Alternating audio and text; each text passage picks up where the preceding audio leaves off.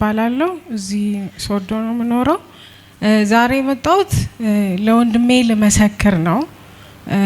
ከዚህ በፊት ያው ትዳር ሰው ካገባ በኋላ ልጅ ሳይመጣ ሲቀር የነበረው የሚኖረውን ጭንቀት ታውቃላችሁ። ከቤተሰብ ጋር ሁሉም ጋር በጣም ይጨነቃል። እንደገና ደግሞ በብዙ መልኩ ደግሞ ጠላት የሚዋጋበት መንገድ አለና በእኛ ቤተሰብ ወንድማችን አሁን በኮቪድ ሰዓት ነው 2000 አሁን ይሄ 6ኛ አመት ልክ 8 ወር ሲደርስ ወይ ደግሞ 6 ወር ሲሆን ልጅ ይጨነግፍበታልና በጣም ነበር የሚጨነቀው። ኢቭን ባለቤቱ ማርገዝ እስከ መፍራት ድረስ ማለት ነው፣ ርግዝናን እስከ መፍራት በቃ እና እኔ ሰላም ነኝ በቃ ይሄ ነገር ይቅር እስከምትል ድረስ በጣም ሁለተኛውን እንደውም ለህፃኑ ነፍስ ለማትረፍ በአምቡላንስ ከአርባ ምንጭ ሆስፒታል እስከ አዋሳ ሁሉ መድኃኒት ፍለጋ ጠላት ብዙ አዋጅ ነው የሚያውዘው። እንዲህ ልጅ ሲሰጥ ቀላል አይደለም። እግዚአብሔርን በብዙ ልታመሰግኑ ይገባል። በብዙ ጭንቀት ያለ ሰው ስላለ ማለት ነው። ስለዚህ እግዚአብሔር በእውነት ስላላችሁ ልጆችም እግዚአብሔር ስለሰጣችሁ ስለናንተ እኔ አመሰግናለሁ ፔኑን ስለማቅ እና እንደ ቀላል አትዩ። ይሄ ትልቅ የእግዚአብሔር ስጦታ ነው።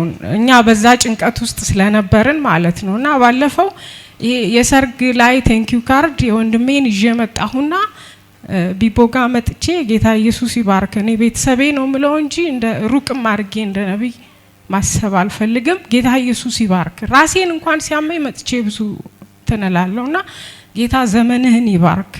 እና የወንድሜን ቴንኪው ካርድ አምጥቼ ይሄው ከተጋቡ 5 አመት ሆነ፣ ልጅ የለም። 8 ወር ላይ በቃ ትግል ነው ትግል። ጌታ ኢየሱስ ይባርካው። ጠይቀው እግዚአብሔር እዚህ ቤት ብዙ ነቢያት አሉ፣ ብዙ እግዚአብሔርን ድምጽ የሚሰሙ ማለት ነው። እግዚአብሔርን መስማት ደግሞ ትልቅ ነገር ትልቅ መልስ አለውና የነብይ መሆን ብቻ ነው የእግዚአብሔርን ድምጽ መስማት ነው ትልቁ ነጥብና እግዚአብሔር ደግሞ ይናገራል ለሚሰሙና ጌታ ኢየሱስ ይባርክ። ሁላችሁንም ጌታ ይባርካችሁ። እና አሁን ባለፈው ታህሳስ 22 ላይ እግዚአብሔር በሴት ልጅ ባረከው። ትመሰክሪያለሽ ብሎ ነበር እና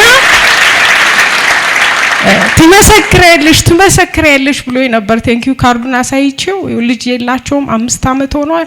በጣም እየጨነገፈ የተቸገሩ ነው ብዬ ጌታ በሴት ልጅ ያውን በመጀመሪያ ሴት ልጅ ባርኳቸዋል። ለቤቱ በረከት የሆነች ልጅ እግዚአብሔር ይባርክ። በብዙ ተባረክ። ገና ትወርሳለህ። በእውነት ጌታ ዘመንህን ይባርክ።